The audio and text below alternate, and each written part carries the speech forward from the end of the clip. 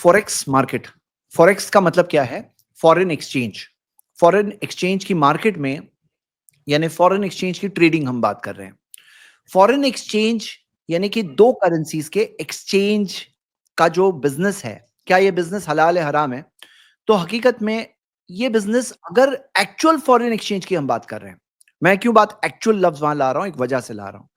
Actual foreign exchange है, यानी कि आप मिसाल के तौर पे रुपी से डॉलर, डॉलर से रुपी, या dollar to euro, dollar to pound, या जो भी आप फॉरेन एक्सचेंज के अंदर इस तरह से ट्रेड कर रहे हैं एक्चुअल, इसके अंदर रूल इस हदीस की रोशनी में है कि इसके अंदर रूल जो गोल्ड एंड सिल्वर की ट्रेडिंग का है, यानी सोने और चांदी की तिजारत के अंदर रूल ये है यदन बी यदिन, ये हैंड टू हैंड होना चाहिए।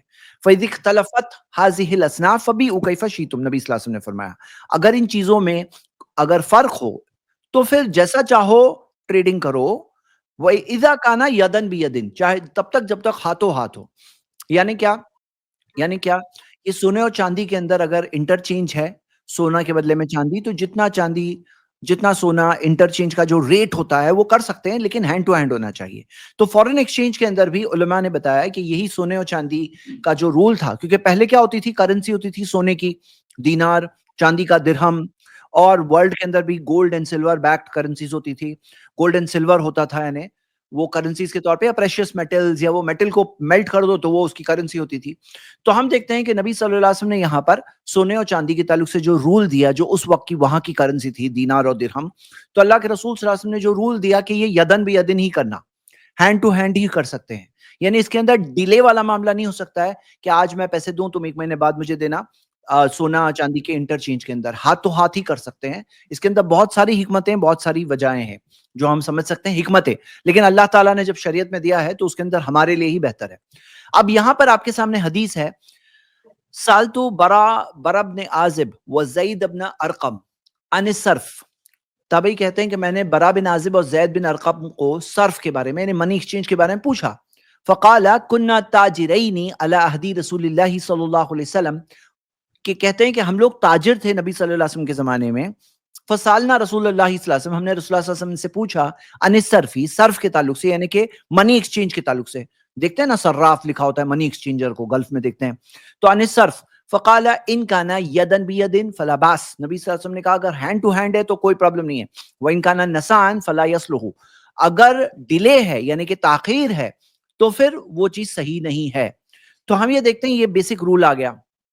अब यहां पर हमारे जमाने में जो फॉरेक्स की जो मार्केट है, तो एक होता है ऑफलाइन एक्सचेंज, यानी कि आप ऑफलाइन एक्सचेंज के अंदर जो फॉरेक्स के ट्रेडर्स होते हैं, जो डीलर्स होते हैं, उनके पास जाओ कि आप जाके यूरो खरीद रहे हो, डॉलर खरीद रहे हो वगैरह।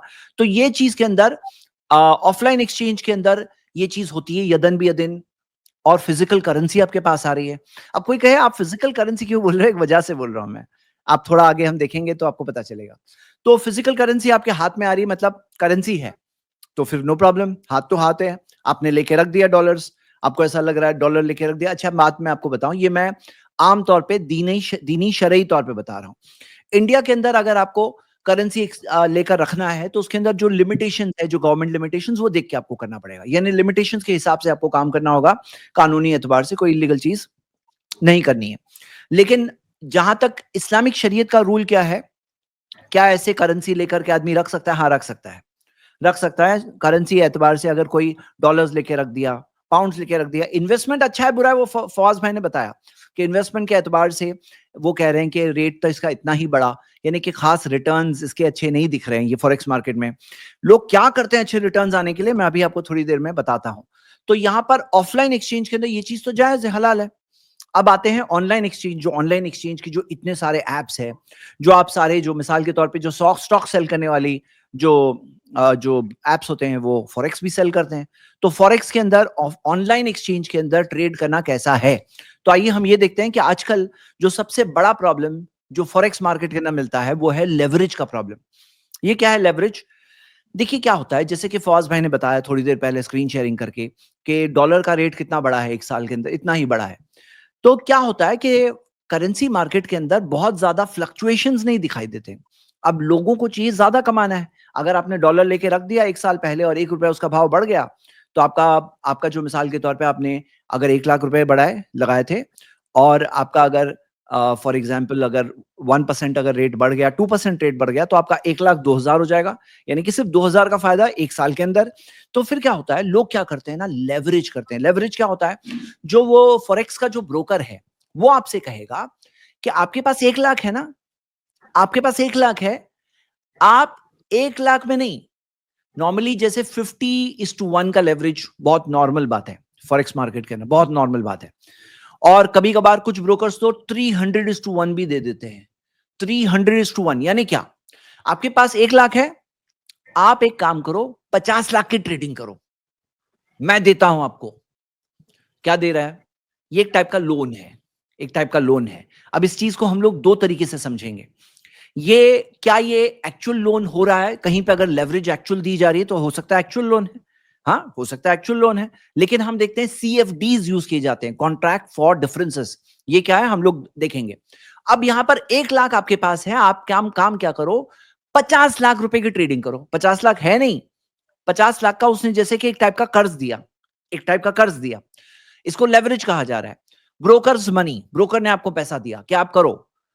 अब ब्रोकर को क्या मिलेगा, क्यों दे रहा है, ब्रोकर को ये मिल रहा है कि आप जो पैसे लगाओगे तो उसको उतनी ब्रोकरेज एक्स्ट्रा मिलेगी, उतनी ब्रोकरेज एक्स्ट्रा मिलेगी लेवरेज के अंदर। दूसरी चीज क्या हो रही है कि उसको पर डे का चार्ज मिल रहा होता है, पर डे का चार्ज। ये पर डे चार्ज क्या है, क्लियर कट इंटरेस्ट है।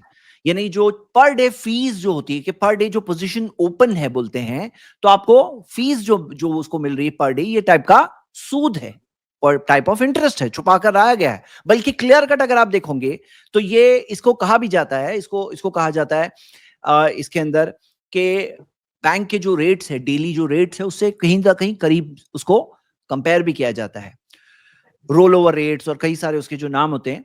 तो यहां पर ये चार्जेस, एक है उसकी ब्रोकरेज फीस, और सेकंड चीज क्या है, ये जो उसका डेली रोल ओवर चार्ज वगैरह जो चार्ज है, ये एक सेकंड चीज है। लेकिन अब इन्वेस्टर को क्या मिला, इन्वेस्टर को ये मिला, जेब में है 1 लाख, इन्वेस्ट कर रहा है 50 लाख, तो 50 लाख के फॉरेन एक्सचेंज का भाव बढ़ जाएगा। हाँ, भाव बढ़ जाएगा फॉरेन एक्सचेंज का भाव, तो उसका उतना प्रॉफिट हो जाएगा। 1 लाख पे आपको 2 रुपए मिल रहे थे, लेकिन मान लो कि 50 लाख है तो आपका 50 टाइम्स ज्यादा मिलेगा ना, आपको 50 टाइम्स ज्यादा मिलेगा, यानी आपको 100 रुपए मिल गए। 2 रुपए भी भाव, 2% भी भाव बढ़ रहा है 1 साल में, तो आपको मिल गए कितने, आपको 100 रुपए मिल गए। हाँ, तो यहां पे आप समझना क्या है कि 100% यानी कि 2% की जगह पे 100%, यानी आप 1 लाख ले गए थे, आपके 1 लाख बन गए 2 लाख। लेकिन अगर भाव गिर गया, अगर भाव गिर करके 98 पे आ गया, 100 से 98 पे आ गया, तो फिर आपके क्या हो गया, आपका 1 लाख से पूरा के पूरा क्या हो गया, वो वाइप आउट भी हो जाएगा। वो मार्जिन मनी के तौर पे रखता है ब्रोकर, मार्जिन मनी के अंदर वो अपनी ब्रोकरेज उसकी निकल जाए, उसका रोल ओवर चार्जेस वगैरह निकल जाए, और उसके बाद में जो भाव अगर गिरने लगे तो वो अपना कवर कर ले। क्यों, आपको या तो कहेगा घर से और पैसे लेकर आओ, या तो घर से और पैसे लेके आओ, और अगर पैसे नहीं ला रहे हो तो फोर्स करके आपका वो सेटल कर सकता है, कंप्लीट कर दे, ताकि उसका लॉस ना हो जाए, उसके पैसे अटके हुए, तो वहां पे उसका लॉस नहीं हो जाए, अपने आप को सेफ रखने के लिए। या तो कहेगा मार्जिन मनी और लेके आओ, आप 1 लाख लेके आए थे, घर से और 1 लाख लेके आओ, या तो नहीं ला रहे हो तो फिर मैं सेटल कर दूंगा, तो आपके गए 1 लाख जीरो। तो ये लेवरेज करना, इस्तेमाल करना हलाल है हराम है। तो आप ये देखोगे, लेवरेज का एक्सप्लेनेशन यहां दिया है कि इस्लामिक फिक काउंसिल जो मुस्लिम वर्ल्ड लीग की है, उसने अपने 18th सेशन में जो मक्कातुल मुकर्रमा में हुआ, 2006 के अंदर ये फतवा आ चुका था। वो फतवा ये था कि ये हराम है, लेवरेज हराम है। यानी आपका 1 लाख है ना, आप 1 लाख की ट्रेडिंग करो, 50 लाख का करने मत जाओ। आपका 1 लाख है ना, जितनी चादर है उतना पांव फैलाओ। ये 50 लाख की चादर का करने मत जाओ, बोले ज्यादा कमाएंगे लालच में, बोलते हैं हलाल नहीं है। किस वजह से हलाल नहीं है, सबसे पहला रीजन तो इसके अंदर रिबा होता है, सूद होता है। कभी कभार सूद को brokerage charges, roll over charges, ये सब दूसरा नाम देकर के लाया जाता है, लेकिन है वो सूद, क्लियर कट। तो ये हो गई पहली वजह। दूसरी वजह वो कहते हैं अल्लाह के रसूल मोहम्मद सल्लल्लाहु अलैहि वसल्लम ने फरमाया, ला यहिल्लु सलफुन व बैउन, हलाल नहीं है सलफुन, सलफुन यानी कर्ज, वो बैउन और तिजारत, यानी जो कर्ज इस मकसद से दिया जाए कि तुम तिजारत करोगे। मतलब क्या, वो कर्ज क्यों दे रहा है, वो कर्ज क्या इसलिए दे रहा है कि लो 50 लाख, मैं तुम्हारा खैर खा हूं, मैं तुम्हारा हेल्पर हूं, जाओ लो पैसे मैं दे रहा हूं। नहीं, वो इसलिए दे रहा है कि तुम उसके पास से फॉरेक्स खरीदोगे। वो इसी शर्त पे दे रहा है कि फॉरेक्स खरीदोगे। तो यहां पर क्या है, ये फॉरेक्स के अंदर जो आप खरीद रहे हो, मार्केट से खरीद रहे हो, वो तो बेचारा ब्रोकर है, वो सेलर नहीं है, वो ब्रोकर है, ब्रोकरेज चार्ज ले रहा है। लेकिन ब्रोकरेज चार्ज के साथ साथ वो कहता है पैसे लो मेरे पास से, सूद पे ही है वो, और लो तुम करो, और इस शर्त पर होता है कि तुम खरीद रहे हो। जाहिर सी बात है, कोई 50 लाख घर पे लेके नहीं जा सकता है, उसके लिए नहीं दे रहा है वो दे रहा है सलफुन व बैउन, तिजारत के लिए दे रहा है। तो अल्लाह के रसूल सल्लल्लाहु अलैहि वसल्लम ने इस टाइप के ट्रांजैक्शन को हराम करार दिया। ये अलाउड नहीं है, इस्लाम के अंदर अलाउड नहीं है। और इससे इकोनॉमिक तौर पे प्रॉब्लम्स होते हैं, बहुत सारे इकोनॉमिक प्रॉब्लम्स होते हैं, बहुत सारे दूसरे प्रॉब्लम्स भी क्रिएट होते हैं इसके अंदर, जैसा कि हम देख सकते हैं। और ये चीज को आप अगर और ड्वेल करोगे, सोचोगे इसके अंदर, आपको बात समझ में आएगी। तो आप अपने पैसे के जितना फॉरेन एक्सचेंज खरीद के रख सकते हो, हाँ रख सकते हो, लेवरेज के अंदर नहीं जा सकते। लेकिन ऑनलाइन मार्केट में दूसरा भी एक और प्रॉब्लम है। अच्छा, आपको पता है ऑनलाइन मार्केट कितनी, जो टोटल मार्केट जो है फॉरेक्स के स्टैटिस्टिक्स क्या है? डेली की फॉरेक्स ट्रेड 6.6 ट्रिलियन डॉलर्स की डेली का ट्रांजैक्शन हो रहा है। 6.6 ट्रिलियन किसको बोलते हैं? हाँ, 6.6 ट्रिलियन। तो इसके अंदर एक वजह होती है लेवरेज की वजह से, बड़े बड़े ट्रांजैक्शन हो रहे होते हैं, कम पैसे के साथ बड़े ट्रांजैक्शन हो रहे होते हैं। दूसरी वजह ये है, वो ये है फ्यूचर्स एंड ऑप्शंस। अब फ्यूचर्स एंड ऑप्शंस को मैंने पिछले ही हफ्ते एक्सप्लेन किया है शेयर्स के कॉन्टेक्स्ट में, क्योंकि ये टॉपिक थोड़ा सा कॉम्प्लिकेटेड होता है बाज लोगों के लिए। तो मैं अभी आपको फॉरेक्स के कॉन्टेक्स्ट में ये टॉपिक फिर एक बार थोड़ा सा समझा रहा हूं, बता रहा हूं, उतनी डिटेल में नहीं लास्ट वीक जितना, थोड़ा सा कम, लेकिन बता रहा हूं। ये कॉमन बात है, कॉमन बात है कि फ्यूचर्स एंड ऑप्शंस के अंदर ट्रेड करना होता है। यहां तक आके आप ये देखोगे कि क्या कोई शख्स पैसे लेकर ऑनलाइन मार्केट में जाए, अपने ऑनलाइन पैसे जा रहे हैं, बैंक अकाउंट को कनेक्ट किया, क्या उसको फॉरेक्स मिलेगा रिटर्न में? क्या फॉरेक्स मिलेगा? नहीं, नहीं। फॉरेक्स किसको मिलता है? फॉरेन एक्सचेंज किसको मिलता है? आप देखोगे कि कोई अगर मान लो मिसाल के तौर पे मनी चेंजर है, या कोई इस टाइप के जो ऑथराइज्ड डीलर्स हो, या फिर जो रेमिटेंस वाले वगैरह, ये सब जो होते हैं, इनको फॉरेक्स मिलना एक रीजन की वजह से है। कोई एक इंडिविजुअल ट्रेडर जाके फॉरेक्स ले सकता है क्या? नहीं, वो सिर्फ अपनी पोजीशंस को स्क्वायर ऑफ करते रहते हैं। क्या करते हैं? अपने कैश पेमेंट के जरिए। मतलब कि एक्चुअल जो हमारी बात हो रही थी ना, फिजिकल पोजेशन होना चाहिए, तो ऑनलाइन एक्सचेंज के ना वो फिजिकल पोजेशन नहीं मिलता, आपको फ्यूचर्स एंड ऑप्शंस मिलेंगे। फ्यूचर्स क्या है कि जैसे आपने ये आदमी की बात सुनी जो 1 लाख लेके गया, हो सकता है उसने 100 रुपए की कोई फॉरेक्स खरीदा, फॉरेक्स 100 रुपए वाला, मैं एक मिसाल ले रहा हूँ, 1,000 खरीद लिया उसने, 1 लाख रुपए में उसने 1,000 खरीद लिया मिस्टर ए। लेकिन मिस्टर बी बोलता है कि मैं ऑप्शन खरीदूंगा 5 रुपए में। ऑप्शन क्या है? ऑप्शन के अंदर वो उस फॉरेन एक्सचेंज को नहीं खरीद रहा होता है, उसके एक तरह से प्राइस पे पैसे लगा रहा होता है, प्राइस पे पैसे लगा रहा होता है। तो उसने लॉक कर दिया कि 100 रुपए के भाव में, जिसे स्ट्राइक प्राइस कहते हैं, 1 महीने के लिए उसको ये प्राइस मिलेगा। अब 1 महीने के अंदर यानी कि उसका इन्वेस्टमेंट जो एक्सपोजर कितना हो गया? 20 लाख का हो गया। यानी 1 लाख का था, अब 20 लाख का हो गया। ये क्या है? ये इसमें फर्क है। हालांकि कुछ चीजों में सिमिलर दिखते हैं, लेकिन लेवरेज और फ्यूचर्स एंड ऑप्शंस में चीज में फर्क है, मैं फर्क भी बताऊंगा। ये जो होता है futures and options, time bound होते हैं। लेवरेज जो है टाइम बाउंड नहीं होता है। फ्यूचर्स एंड ऑप्शंस क्या होते हैं? टाइम बाउंड, 1 महीने का। 1 महीने का ऑप्शन मिला, यानी क्या मिला? 1 महीने में आपके पास इख्तियार है, ऑप्शन है कि आप 100 रुपए में फला फला करेंसी खरीद सकते हो 1 महीने तक। अब वो 1 महीने में हो सकता है 102 हो जाएगा, हो सकता है 102 हो जाएगा, हो सकता है 98 हो जाएगा। तो अगर मान लीजिए वो 1 महीने के अंदर 100, मैं मिसाल के तौर पे बता रहा हूं, मान लो 110 हो गया, ऐसा होता नहीं है, लेकिन मिसाल के तौर पर 110 अगर हो गया, तो वो जिसने फिजिकल इन्वेस्ट किया था उसका क्या हो रहा है? उसका 1,10,000 हो गया। 1 लाख का पैसे 1,10,000 हो गए। लेकिन ये इस शख्स का जिसने ऑप्शन खरीदा, अब उसके पास 22 लाख की इन्वेस्टमेंट वैल्यू हो गई, और अब वो 5-5 रुपए में जो ऑप्शन खरीदा था उसका चार्ज भी तो पे करना होगा। हालांकि चार्जेस इस तरह से नहीं होते हैं, ये मैं एक सिर्फ एग्जाम्पल सिर्फ समझाने के लिए बता रहा हूं। तो आप ये देखोगे कि मान लो मिसाल के तौर पे 5 रुपीज, हाँ 5 रुपीज का ऑप्शन खरीदा, हाँ, और 20,000 का एक्सपोजर उसका हो गया, यानी कि 22 लाख हो गई उसकी वैल्यू। तो 2 लाख का नफा हुआ था, लेकिन 1 लाख तो उसने खर्च किया था ना ये ऑप्शन खरीदने में, वो गया तो 1 लाख का प्रॉफिट हो गया उसका। यहां पर मिस्टर ए ने 10,000 कमाया, वहीं पर उसी मार्केट सिचुएशन में मिस्टर बी ने 1 लाख कमा लिया। क्या खरीद करके? ऑप्शन। ऑप्शन क्या है? ऑप्शन फॉरेक्स नहीं हुआ, वो फॉरेक्स के भाव पे पैसे लगाए हैं कि ये भाव, जो ये फॉरेक्स का भाव है, ये प्राइस जो है इस फॉरेक्स का, ये प्राइस अगर बढ़ गया तो उसने 100 रुपए पे भाव लगाया है, उसको 100 रुपए में मिलेगा, प्रॉफिट हो जाएगा। लेकिन अगर गिर गया किसी भी वजह से, तो फिर उसके पैसे गए। उसके पैसे उसके अंदर गए। क्यों गए? क्योंकि देखो यहां पर अगर लॉस हुआ, सपोज करो 90,000, 90 रुपए हो गया। फॉरेक्स मार्केट में इतना बड़ा फ्लक्चुएशन नहीं आता है, लेकिन जस्ट समझने के लिए हम समझ रहे हैं। इसके अंदर सपोज करो 90 रुपए हो गया, तो फिर जो उसने फिजिकल इन्वेस्टमेंट लगाया था उसका तो 90,000 की वैल्यू हो गई, 10,000 के फॉरेक्स का लॉस हो गया, भाव गिरे हुए।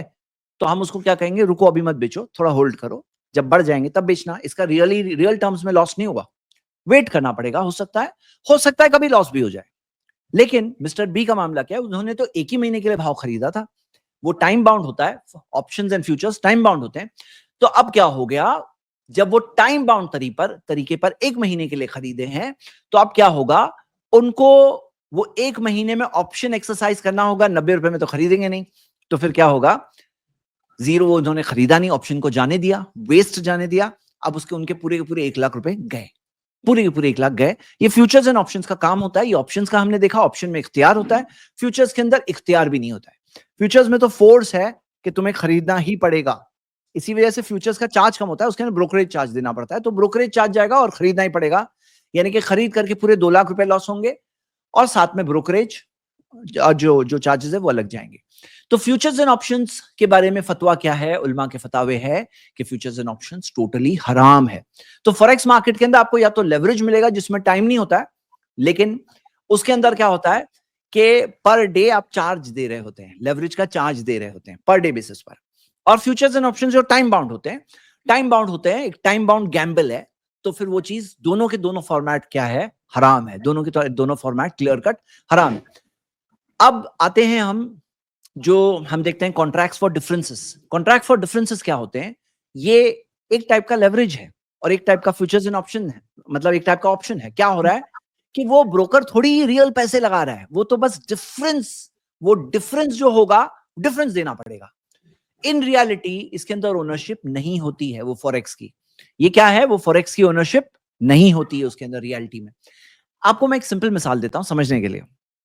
एक होता है ना कसिनो या कोई गैम्बलिंग डेन, तो वो कसिनो के ओनर बहुत कमाते हैं। कसिनो के जो ओनर होते हैं ना वो बहुत कमाते हैं। गवाते कौन है? वहां पे जो गैम्बलर्स आते हैं ना, वो गवाते हैं।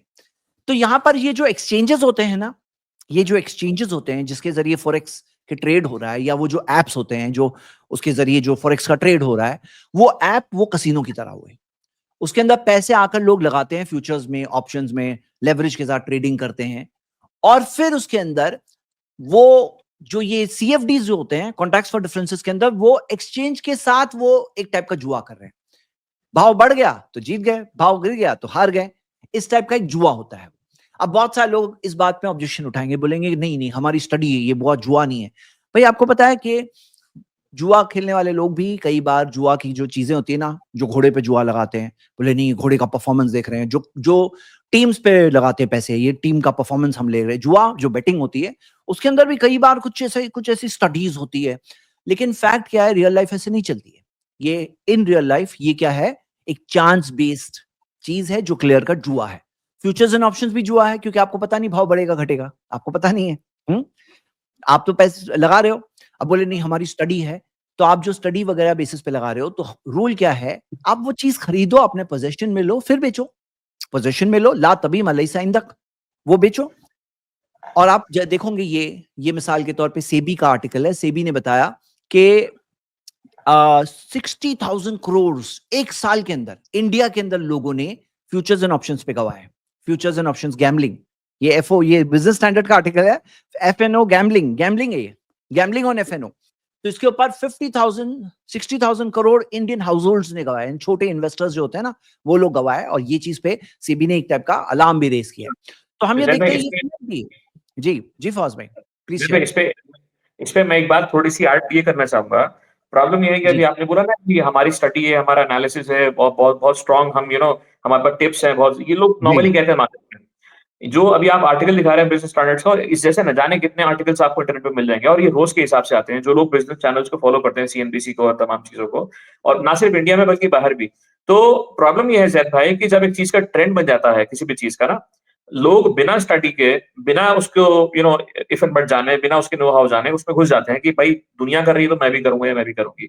और प्रॉब्लम ये होती है वहां पर कि जब बिना किसी स्टडी के, बिना this is actually betting, this is actually speculation, nothing else, nothing as good as speculation, nothing as good as betting, ठीक है ना। प्रॉब्लम ये है कि जब इस चीज में बिना किसी स्टडी के, बिना किसी हथियार के आप लड़ाई करने जाएंगे तो what will be the end of the result, क्या उसका प्रॉब्लम क्या रहेगा, आपके सामने सब चीजें मौजूद हैं। तो मेरा कहने का मतलब ये कि जो ट्रेंड चलता है ना मार्केट में, और इसको भी आजकल के जरिए जो सोशल मीडिया मार्केटिंग है, जो डिजिटल मार्केटिंग है, उस पे इन्फ्लुएंसर्स के जरिए, बल्कि उनका नाम हो गया फिनफ्लुएंसर्स, फाइनेंशियल इन्फ्लुएंसर्स, फिनफ्लुएंसर्स करके यूट्यूब पे बकायदा चैनल्स है उनके। मैं आपको बड़ी एक अहमकाना बात बताता हूँ। एक अभी कोई शॉर्ट आया था किसी यूट्यूबर का, उसने बोला कि एक मेरा एफडी का रेट है 6% या 7%। बोले मेरे पास 1 करोड़ रुपए हैं, मैंने 1 करोड़ रुपए में एफडी में लगाऊंगा तो 6%, ठीक है ना, मुझे कितना मिला साल का, 6 लाख रुपए।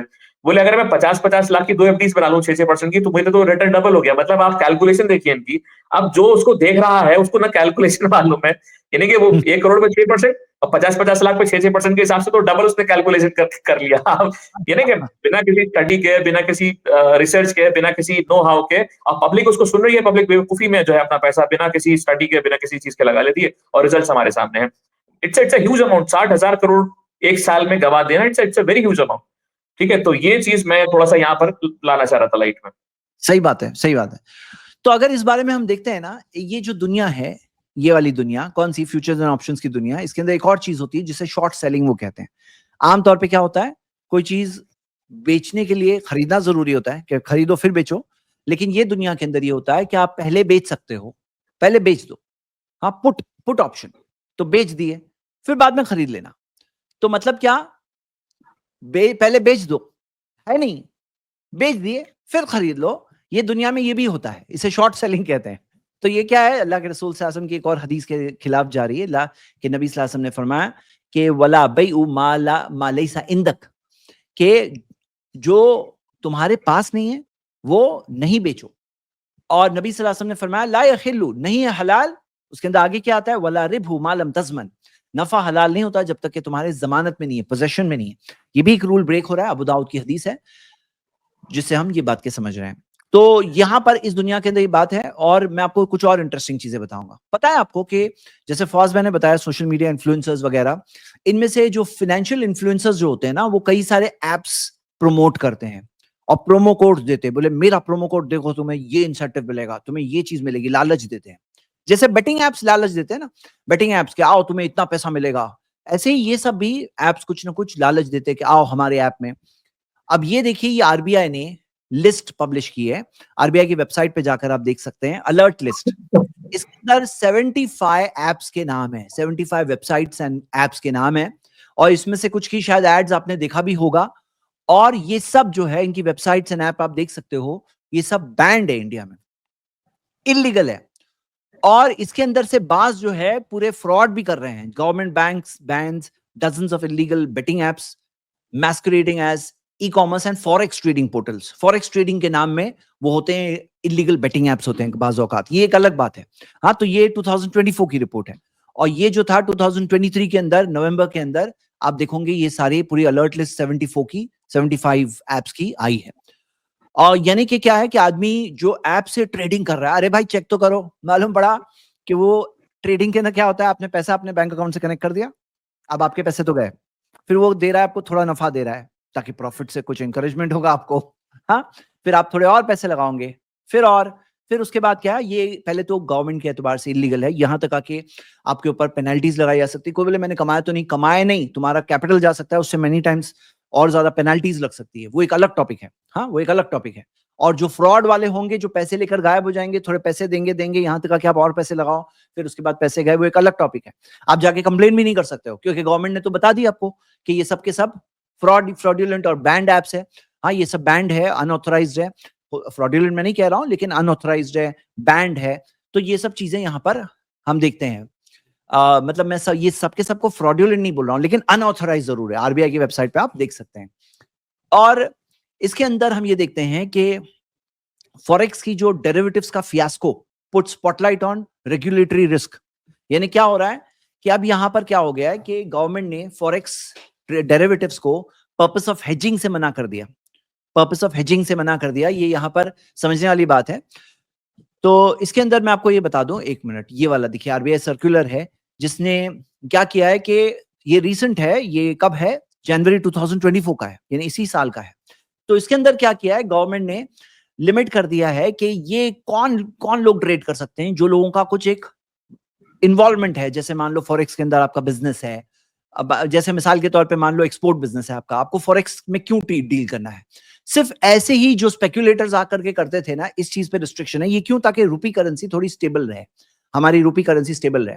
इंडिया के एक और बात है, 4 ही करेंसीज में ट्रेडिंग अलाउड है, 4 जो करेंसी ट्रेडिंग पेयर्स जो इंडिया में अलाउड है, ये आप 5paisa.com से देख सकते हो, या तो यूरो, पाउंड, येन और डॉलर। लेकिन इसके अंदर भी प्योरली स्पेक्युलेटिव पर्पसेस के लिए उसको रोका गया है, यानी कि आपका कुछ रीजन है तो उसके अंदर कर सकते हैं।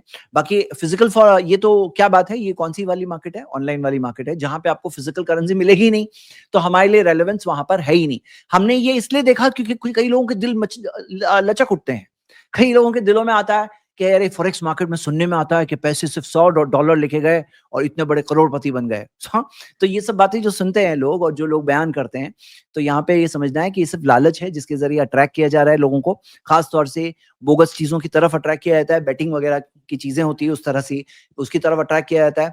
और ये जो हमने देखा लेवरेज का कंसेप्ट देखा रॉन्ग है, हमने डेरिवेटिव्स का कंसेप्ट देखा उसके अंदर रॉन्ग है। तो अगर यही चीज है, फिजिकल पोजेशन नहीं है, तो आप ट्रेड नहीं कर सकते, आपका दिल उसमें नहीं आना चाहिए, चाहे दुनिया के 50 फायदे क्यों ना दिख जाए। अच्छा, एक बात ये भी बता दूं कि फॉरेक्स ट्रेडर्स में से कितने परसेंट लूज करते हैं, कुछ स्टडीज ने तो 90% कहा है, कुछ स्टडीज ने 90% किया। ये यूरोप की एक स्टडी है जिसके अंदर 72.2% कहा। तो फॉरेक्स ट्रेडिंग के अंदर जो लोग उतरते हैं 72.2% उसमें से लॉस करके निकलते हैं, पैसे गंवा के आते हैं। और कुछ स्टडीज ने 90% भी इस चीज को कोट किया है। तो हम ये देखते हैं कि ये है इस चीज के बारे में एक छोटा सा इंट्रोडक्शन, और मैंने आपके सामने। फौज भाई, आप कुछ बताना चाहेंगे इस टॉपिक पे मजीद? नहीं, मैं इसी मुद्दे को उठाना चाहूंगा कि जब आपने ये जो यूरोप की कोई रिसर्च रिपोर्ट बोली है जिसमें कहता है 72.7% लोग इसमें लॉस करते हैं, और अगर आप उसका एनालिसिस देखेंगे पिछले 5 साल का या पिछले 1 साल का भी, किसी भी करेंसी को आप उठा लीजिए, तो इतनी वोलेटिलिटी उसमें नहीं मिलती। वोलेटिलिटी से मतलब ये होता है कि उसमें उतनी उथल-पुथल नहीं मिलती, प्लस माइनस उसमें इतना नहीं होता जहां पर आप कमा सकें। देखिए, स्टॉक मार्केट है या गोल्ड है, आपको ट्रेंड दिखेगा बढ़ता हुआ, मैनीफोल्ड बढ़ता है या मैनीफोल्ड कम होता है, वो ठीक है, समझ में आती है बात। But as far as foreign exchange market is concerned, तो ऐसी चीज़ में पैसा क्यों फँसाना जो बिल्कुल समझ लीजिए एक तरीके से, आई वुड नॉट से कि डेड है, बट स्टेबल है कहीं न कहीं। इल्ला ये है कि कोई कंट्री की करेंसी उसकी इनस्टेबिलिटी की वजह से बाय व्हाटसोएवर रीज़न कम हो जाए, गिर जाए, बढ़ जाए, वो एक बात अलग है, वो एक एक्सेप्शन हो गया पूरी बात का। जनरली नॉर्मली अगर आप देखेंगे तो पिछले 5-10 सालों में स्टेबिलिटी है, ज़्यादा फ़र्क नहीं है। तो इतना पैसा लगा करके, और वो अगर आपको मतलब रिटर्न भी अगर आपको 1-2% का मिल रहा है, that is below your inflation rate. Inflation rate भी 5.87 का इन्फ्लेशन रेट है। जिस दर से महँगाई बढ़ रही है, जिस तरह से आपका जो है वो चीज़ें महँगी होती जा रही हैं, तो अगर आप वो आपका जो इन्वेस्टमेंट का रिटर्न है, अगर आपको बीट नहीं कर पा रहे हैं उस चीज़ को, तो मेरी तरफ से तो बिल्कुल भी रिकमेंडेशन नहीं है इन्वेस्टमेंट के ताल्लुक से। मतलब फौज भाई इन्वेस्टमेंट पॉइंट ऑफ व्यू से बता रहे थे, मैंने कुछ इस्लामिक पॉइंट ऑफ व्यू बताया और इसके लिमिटेशंस बताए। तो इन शॉर्ट हम इस मार्केट को रेकमेंड नहीं कर रहे हैं। देखिए, तिजारत स्ट्रीम के अंदर हम लोगों को सोल्यूशंस बताते हैं, हलाल अल्टरनेटिव्स बताते हैं, लेकिन जो बोगस चीजें उसमें वार्न करना भी हमारा एक फर्ज बनता है कि देखो ये चीजों में बचना है आपको। और जैसे मैंने फेक ऐप्स बताया, या फिर सॉरी अनऑथराइज ऐप्स बताया, उसमें से बाज फेक है, बाज बेटिंग है, बाज अनऑथराइज है प्योरली। तो ये चीज भी जानना जरूरी है। और इसके अंदर शरीयत में क्या चीज हराम है, देखिए ऐसा होता है ना, बाज लोग बस कोई चीज में बस जंप लगाते, जंप, और लालच उनको ड्राइव करती है, पैसा फलां ने इतना कमा लिया, और उस चीज में डायरेक्टली अंदर चले जाते हैं और फिर बहुत पैसे अपने गवाते हैं। तो इससे एक बात थी जो वार्निंग के तौर पर आप सबके सामने रखी गई। चलिए अब हम डिस्कशन स्टार्ट करते हैं। मैं देख रहा हूँ माशाल्लाह कई गेस्ट इसमें आए हुए हैं।